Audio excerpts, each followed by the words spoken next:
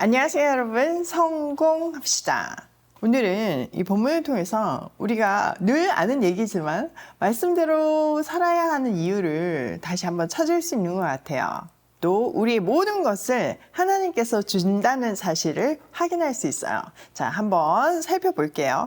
오늘은 10절에서 19절까지 볼 건데요. 여기의 내용이 계절의 변화에 따라 주어지는 율법에 대해서 기록하고 있어요. 이것은 이스라엘 공동체에 속한 모든 사람들, 종들까지, 나그네까지 다 지켜야 하는 것이었거든요. 이 율법을 통해서 이스라엘 백성들은 계절의 변화에 따라서 하나님의 축복과 보호하심을 감사하는 예배를 드림으로 해서 하나님을 경험했고요. 또 이것을 지킴으로 해서 자연스럽게 사회적 약자를 보호해야 했어요.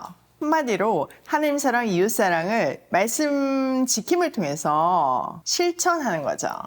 자, 10절. 너희는 6해 동안은 밭에 씨를 뿌려서 그 소출을 거두어 드리고 7째 해에는 땅을 놀리고 묵혀서 거기서 자라는 것은 무엇이나 가난한 사람들이 먹게 하고 그렇게 하고도 남은 것들을 들짐승이 먹게 해야 한다. 너희의 포도밭과 올리브밭도 그렇게 해야 한다. 자, 안식년에 대한 규례예요. 6년 동안 밭에서 열심히 일구어서 이제 농사를 지었다면 7년째 되는 해에는요, 놀리고 묵혀야 한대요.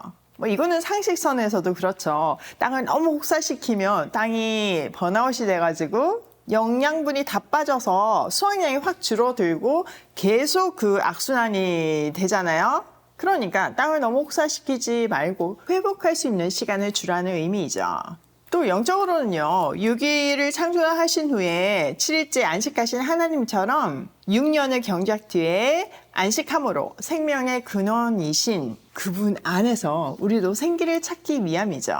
또 이게 한 해 동안 아무것도 안 하고 그 밭에서 이제 자연스럽게 나는 소사는 거두어서도 안 되잖아요. 사실 쉽지 않아요. 1년을 아무것도 안 하고 논다는 거는 지금도 굉장히 힘든 일이지만 그때도 힘들었죠. 그런데 그 내려온 오음을 통해서 그 모든 것은, 우리 모든 일상과 먹거리는 하나님이 책임지시고 주신다는 것을 확인하는 시간이기도 했어요. 또 본문의 근거에서 이 안식년을 꼭 지켜야 되는 근본적인 이유는 가난한 사람을 배려하기 위함이었어요. 놀린 땅에서 자연스럽게 소산이 자라나면 그거를 이제 가난한 사람들이 먹게 하고 또 남은 것은 들짐승이 먹게 하래요. 이것은 포도밭과 올리브 밭에도 적용이 되었거든요. 또 신명기에 보면요, 이때 안식년 때 빚도 탕감해 주게 했어요. 종에게는 자유를 주게 하기도 하고요. 이렇게 새롭게 시작할 수 있는 기회를 준 거죠.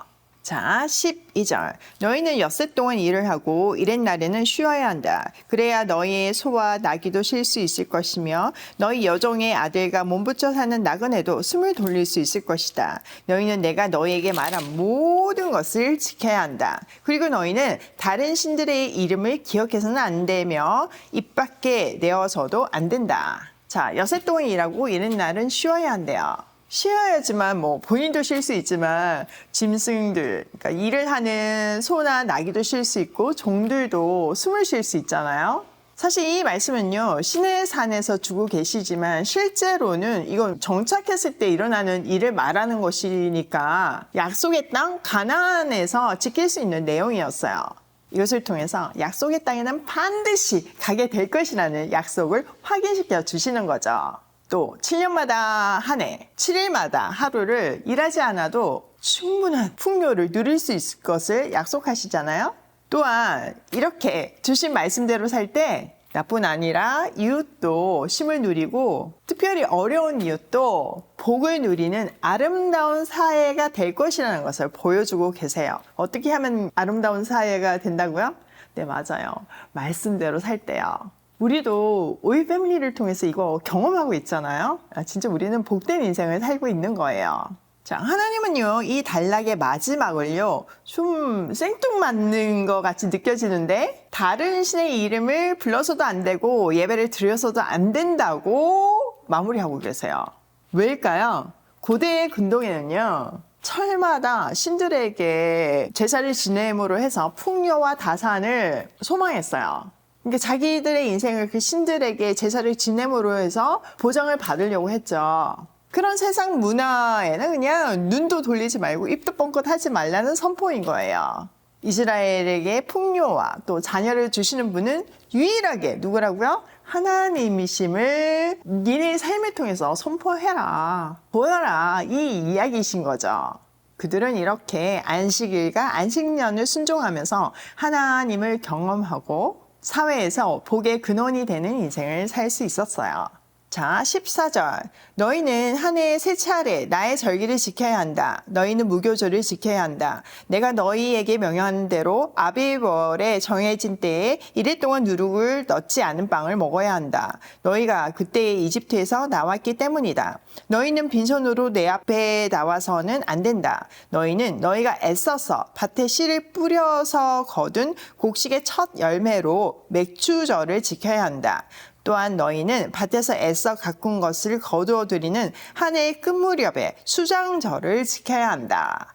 자, 농경사회를 기반으로 하는 무교절, 맥주절, 수장절을 지키라고 말씀하시고 계세요. 땅의 모든 소산은 하나님이 주신 선물이기 때문에 새 절기를 통해서 소산에 대해서 하나님께 감사하며 하나님의 주권을 고백하라는 의미예요. 자, 무교절은요, 6월절과 세트거든요. 6월절이 어떤 날인가요? 네, 애굽에서 마지막 날 문설주에 어린 양의 피를 바름으로 해서 구원을 얻었잖아요. 그 죽음에서 구원해 주시는 하나님을 기념하는 날이 6월절이에요. 그 6월절 밤부터 7일 동안 지속되는 절기가 바로 무교절인데요. 이때에는 그들은 누룩을 넣지 않은 빵을 먹어야 한대요.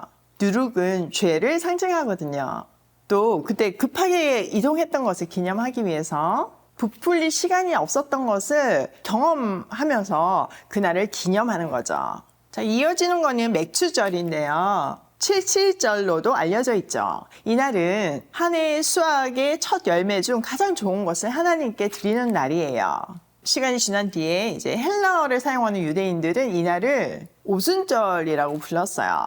6월절이 농사절기로 보면요, 보리 수확을 알리는 절기라면 이 맥주절은요, 밀수확의 완성을 알리는 절기였어요. 그리고 이제 마지막으로 수장절은요, 한 해의 수확이 끝난 다음에 하나님을 기념하는 감사 가득한, 지금 말로는 추수감사절이었죠. 자, 17절. 너희 가운데 남자들은 모두 한 해에 3번 주 하나님 앞에 나와야 한다. 너희는 나에게 바치는 희생 제물의 피를 누룩 넣은 빵과 함께 바쳐서는 안 된다. 그리고 절기 때에 나에게 바친 기름을 다음날 아침까지 남겨두어서도 안 된다. 너희는 너희 땅에서 난 첫 열매 가운데서 제일 좋은 것을 주 너희 하나님의 집으로 가져와야 한다. 너희는 새끼 염소를 그 어미의 젖으로 삶아서는 안 된다. 자, 이스라엘 남자들은요, 어디에 살든지 간에 한 해에 3번은 하나님의 전을 찾아서 절기를 지켜야 했어요. 이때 4가지 원칙을 준수해야 되는데요. 첫 번째는 희생 제물을 누룩 넣은 빵과 함께 바치면 안 된대요. 왜냐하면은 누룩은 죄의 상징이기 때문이었죠. 두 번째는 6월절 양에서 채취한 기름은 해 뜨기 전에 다 태워 없애야 한대요. 세 번째는 맥주절에는 가장 좋은 열매를 선별해서 드려야 한대요. 네 번째는 새끼 염소를 그 어미의 젖으로 삶아서는 안 된대요. 앞에 거는 좀 이해가 다 쉽게 되지만 이 네 번째 거는 조금 특별하잖아요. 근데 이게 신명기에도 계속 반복되어서 강조되고 있거든요. 그렇다면 이건 굉장히 중요한 사항이었어요.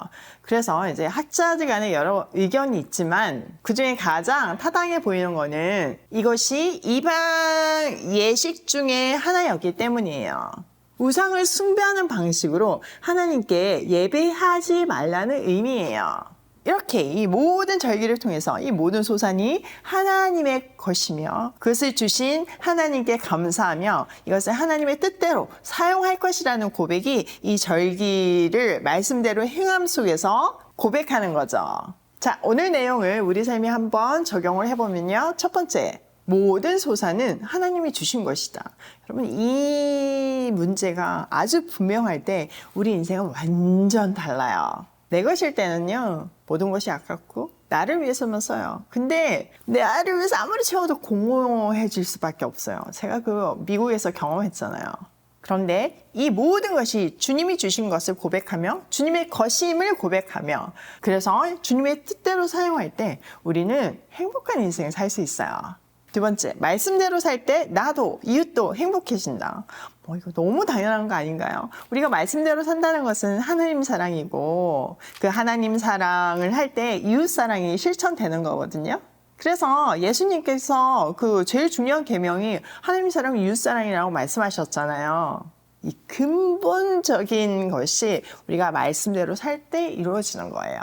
세 번째, 약속은 반드시 성취된다. 자, 이 절기는 지금 그들에게는 해당 사항이 아니에요. 지금 이 말씀을 준 시점에서 보면 40년 뒤에 일어난 일이잖아요. 근데 중요한 것은 그 일이 반드시 성취된다는 거예요. 이 광야 생활이 쉽지 않았겠죠. 그렇지만 그 약속의 땅, 그 주신 약속을 붙들고 지금을 견딜 수 있고 그때 약속의 땅에서 제대로 살 수 있도록 훈련받을 수 있는 거예요. 우리에게도 주어진 약속이 있어요. 그 약속을 붙들고 오늘도 소망을 잃지 않고 하나님 사랑, 이웃 사랑을 실천하는 하루로 고고싱해요.